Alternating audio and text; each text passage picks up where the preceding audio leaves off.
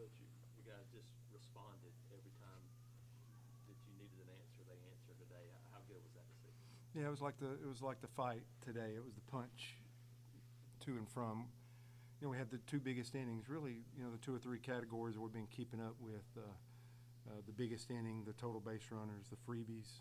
USC won two of those three last night. We won two of the three today, but we had the two biggest innings. And I thought what was huge in that bout today is once we had the 4 spot or the 5 spot, we went back out on defense and put up a 0. I thought that was huge. And then maybe the third piece and deciding piece for me was when they scored 3 runs, and it looked like this ballpark wasn't going to hold anything anymore. They almost hit a grand slam, and the double that you felt like earlier in the game may have been caught in left field just almost climbed the entire wall. We come back and scored 4, and Ware got him 1, and I think McMurray got his first one. So it got late. It wasn't really fun being a pitching coach, but you like the back and forth there because you know what a great offensive club that is. And then our guys kept punching, and we got a 0 goose egg when we needed it, and we only punched out 3 times today. I think we had 6 guys with multiple hits, and that's huge for us, and we needed it today. And you know, when you play a team like USC and Andy Stankiewicz and those guys can shove it in the strike zone, we got to keep growing. Again, we let their best hitters come back up in the 9th with that 5th at bat. So we're tracking on some things and trying to get better, but the competitive spirit of everybody, that was John Armstrong. He run out of gas. The coach, I guess that's me, right? We should have got him out a time or two earlier. It's his 3rd appearance in here in about 4 or 5 days, down a starter. We're grinding through. He's been amazing for us. Will Cannon back-to-back nights. So we wind up getting a series win, and we ask a couple guys to do some real work. So all in all, pretty proud of the ball club. I think we kicked it a little bit there early. It was nice to see us get back in the game, and then I think when they made a couple of mistakes that I thought we capitalized pretty well on it as well.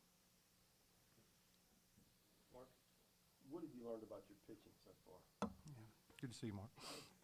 We need more. You know, I'm sitting here. I'm always I'm thankful that's 2 series in a row to start the year, especially when you looked at the schedule that we put forth. It seemed challenging, especially for if more than half of your team is new.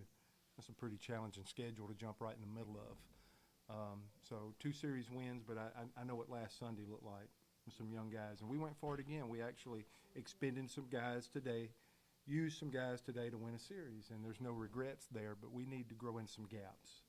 So I'm thankful and happy. Was this the cleanest game from over on our side, pitching-wise? No. Can we grow and get better? Yes. Carter Wright did a nice job coming into the game. We think Nate LaRue is one of the best throwers. We got a lead.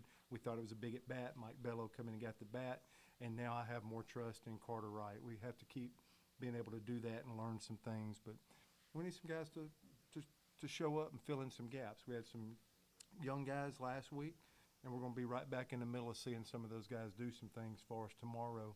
And what did we learn over 7 days? Because the season is clicking. You don't have a half a season or anything to try to figure this thing out. This thing is expedited now that the season started. So we need some young guys to go out and lay some good tracks for us and make some adjustments from last week. It's actually an opportunity, and I'm pretty excited about it.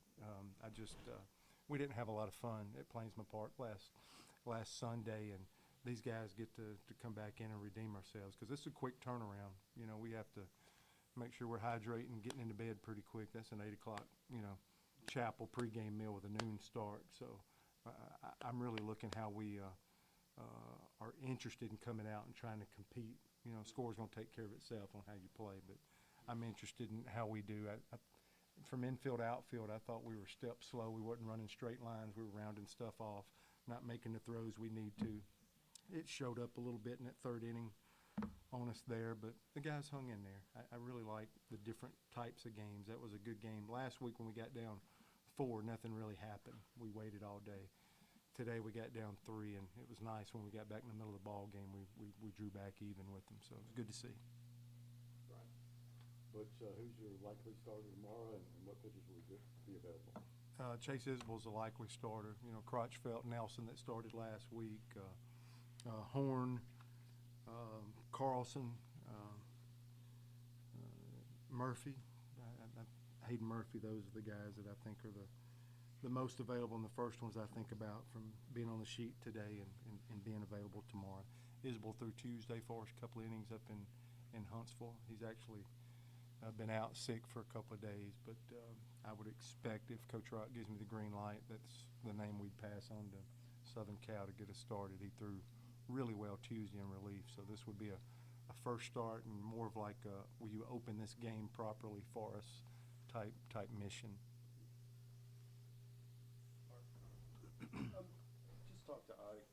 That is a mature sounding freshman.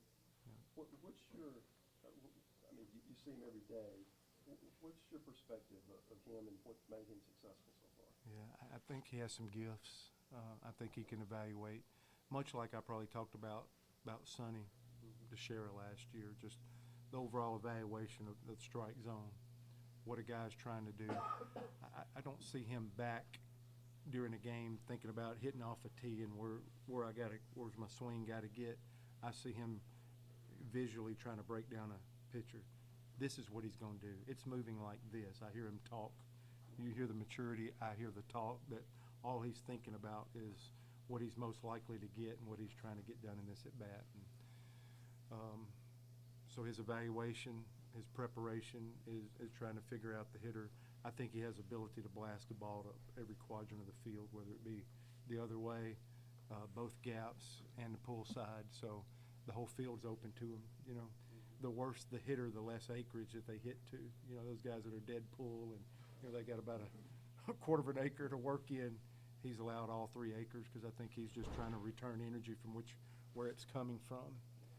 He's trying to do damage. A third component for me is just overall. A lot of times guys come to school and it's like, man, they need to grow, fill out, get in the weight room, get a little stronger. Those boxes are already checked. He's physical. He's confident. That's another one that sometimes is not readily available with a first-year player. So he's got a couple of things there. And then I haven't seen him give a bat away. I haven't been with him now the last 5 years, but to this point, I have not seen him give a single at-bat away. He's still interested, so I'm pretty excited he's on our team. And staying on the topic of Ike, you've coached a lot of baseball, known a lot of really good athletes. Does he remind you of any other young freshman that's been able to jump out as quick in your career? Rhett and I were talking. We were talking about some of the past the other day. Hunter Renfro. I keep going back. I'm trying to think of left-handed. We've absolutely had some. Stephen Williams was a freshman, All-American here his freshman year. May have been his best year. And I don't want to set Ike up for something, but I think along of like a freshman All-American. We've thought he could hit since he got here, back to Mark and to share. I mean, he's sitting in our 3-hole. He was selected as like our MVP of the fall by his peers. You know, it's not like, oh, he's gotten off to a great start as a freshman. I think our locker room and our coaches and the team, the whole organization feels like that. He can sit in that 3 or 4 hole in the middle of our lineup from day one. All right. Thank you, Coach. Yep. Thank you guys.